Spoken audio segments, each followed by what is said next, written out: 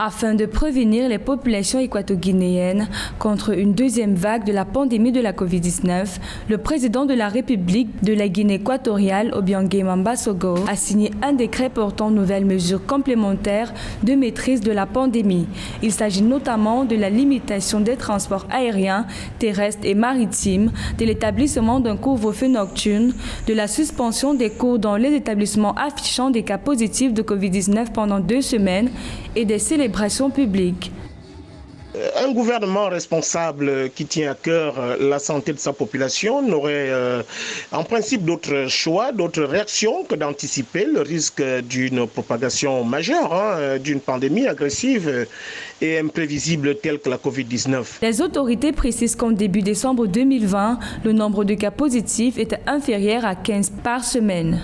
Seulement, d'après les nouvelles données, le taux de cas actifs est évalué à 138 cas, dont 122 confirmés depuis début février 2021. Des chiffres qui démontrent une croissance des contagions de la pandémie dans le pays.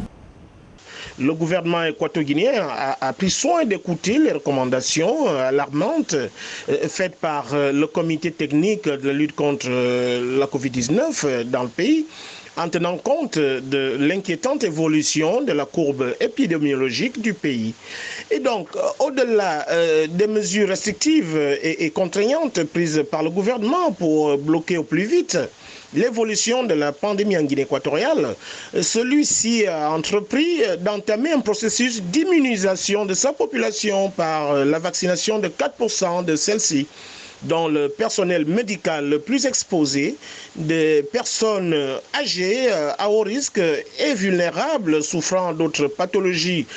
chroniques dangereuses, des personnels des forces de défense et de sécurité très exposés, et d'autres personnels travaillant des endroits stratégiques et à haut risque de contamination tels que les aéroports et d'autres frontières. Malgré les mesures de renforcement déjà prises par les autorités équato-guinéennes, un cas de décès, une augmentation de la positivité de 2,5% et une hausse du nombre de cas de patients hospitalisés, dont 3 identifiés comme des cas graves. Entré en application le 8 février, le décret portant adoption de nouvelles mesures complémentaires pour l'endiguement de l'épidémie de la COVID-19 vient consolider le dispositif mis en place par le gouvernement pour protéger davantage les populations contre la pandémie.